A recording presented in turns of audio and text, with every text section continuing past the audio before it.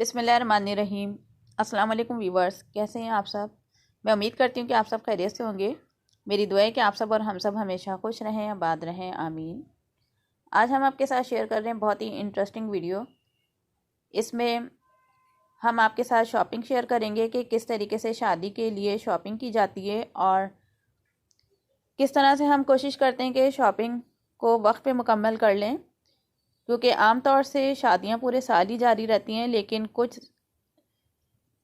महीने ऐसे होते हैं जिसमें शादियां ख़ास तौर पे उरूज पर होती हैं कि उसमें जहां दूसरी मसरूफियात होती हैं तो साथ ही साथ शादी की भी मसरूफियात होती हैं।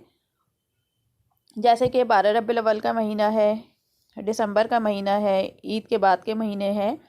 आमतौर से ऐसे मौक़ों पे बहुत ज़्यादा जगह जगह शादियाँ हो रही होती हैं और शादियों के लिए तैयारियां काफ़ी पहले से शुरू कर दी जाती हैं। अगर लड़की की शादी हो तो उसमें तो शॉपिंग बहुत ही ज़्यादा की जाती है, हर चीज़ ली जाती है। और इसी के साथ अगर लड़के की शादी हो तो उसमें भी काफ़ी सारी चीज़ों का ख्याल करना पड़ता है, काफ़ी सारी चीज़ें लेना पड़ती हैं। और आमतौर से यही देखा गया और इसी तरीके से होता है कि शादी के आखिरी दिन तक शॉपिंग हो रही होती है, कोई ना कोई चीज़ लाजमी रह जाती है किसी न किसी की। और जिस दिन माइयों हो या कोई भी अहम फंक्शन हो तो उस दिन भी लाजमी बाज़ार का चक्कर लगता है। और क्योंकि शादी वगैरह के मौके पर तो दूसरी मसरूफियात इतनी होती हैं, तो हमें कोशिश करना चाहिए कि अपनी शॉपिंग वगैरह को पहले से मुकम्मल कर लें। और इन सब चीज़ों के लिए ज़रूरी होता है कि हम हर चीज़ को किस तरीके से मैनेज कर रहे हैं और किस तरीके से लेकर चल रहे हैं, क्योंकि आजकल जो महंगाई है उसमें हर चीज़ इतनी ज़्यादा महंगी हो गई है कि हमें जो बजट बनाते हैं उससे भी पूरा नहीं कर पाते हैं। आमतौर से हमारा बजट भी क्रॉस कर जाता है। तो हमें इस तरीके से मैनेज करना चाहिए कि हम सबसे पहले तो अपनी रेंज देख लें, अपना बजट देख लें कि हमें किस चीज़ पर कितने पैसे लगाने। अगर हम कपड़ों वगैरह की ख़रीदारी कर रहे हैं तो उसके लिए कितना बजट रखें। इसी के साथ शूज़ है, इसी के साथ ज्वेलरी है और दूसरी चीज़ें हैं। तो इस तरीके से अगर हम कैटेगराइज कर लेते हैं उसको, हर चीज़ को, तो फिर हमारे लिए बहुत सहूलत हो जाती है। और उसी के साथ जो है फिर हम शॉपिंग करते हैं। और ज़रूरी नहीं है कि एक ही मार्केट से जो है या जो मॉल वगैरह है वहीं से हमें हर चीज़ मिल जाए। तो हमें देखना चाहिए कि कौन सी जगहें किस चीज़ के लिए ज़्यादा मशहूर हैं। यानी कि कुछ मार्केट्स ऐसी हैं जो कि ब्राइडल सेट्स वहाँ पे बहुत अच्छे मिलते हैं और इतने होते हैं कि आसानी से रेंज में आ जाए, यानी जो हम अपनी रेंज रख रहे हैं।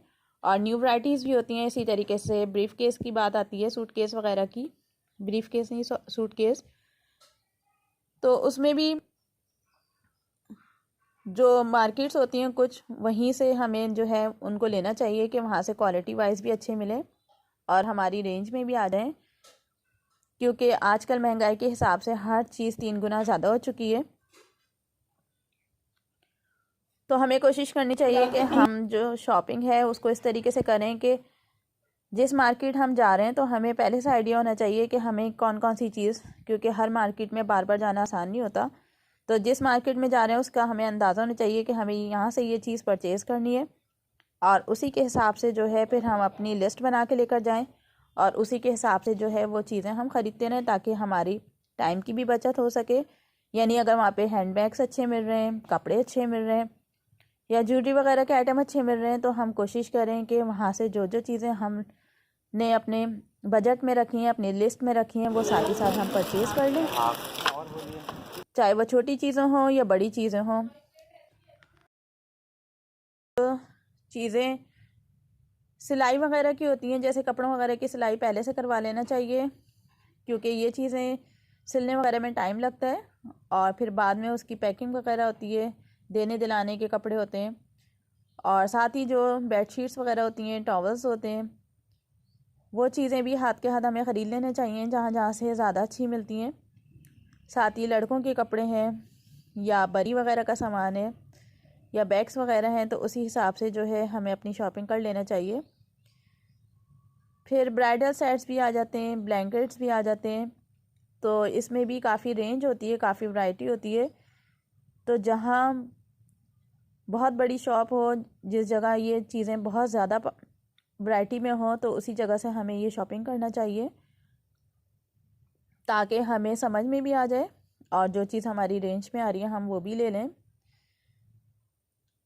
और उसी के साथ जो है शूज़ वगैरह भी, इनकी भी शॉपिंग इसी तरीके से हम कर सकते हैं।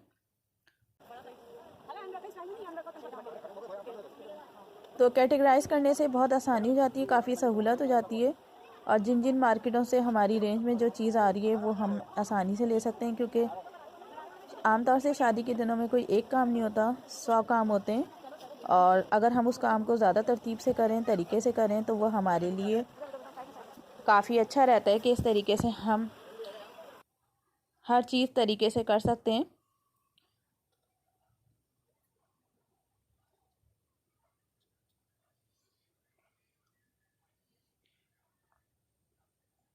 क्योंकि साथ ही साथ हमें जो बाकी के लोग होते हैं उनकी भी शॉपिंग करनी होती है कि किस तरीके से माइयों के हिसाब से कौन सा ड्रेस हो, मेहंदी के हिसाब से कौन सा ड्रेस हो, कितने बड़े पैमाने पे हम ये इवेंट्स कर रहे हैं।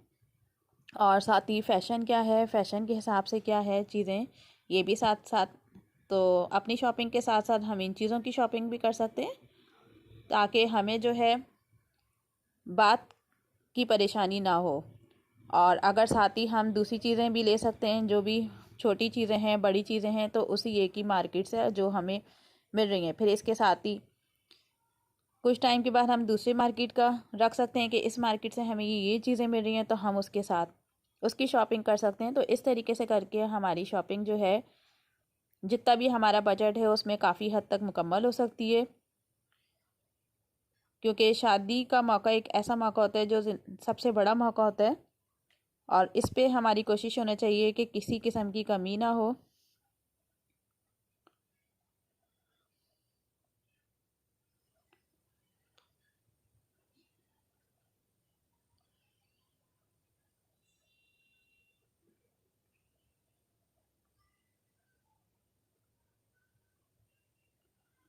और जो शीशे की चीज़ें होती हैं जैसे चूड़ियाँ वगैरह, और जिनके टूटने का डर हो, तो वो हम बिल्कुल एंड में ले सकते हैं, कुछ दिन पहले, क्योंकि बाद में फिर सैलून वगैरह के भी चक्कर होते हैं और दूसरे काम भी होते हैं।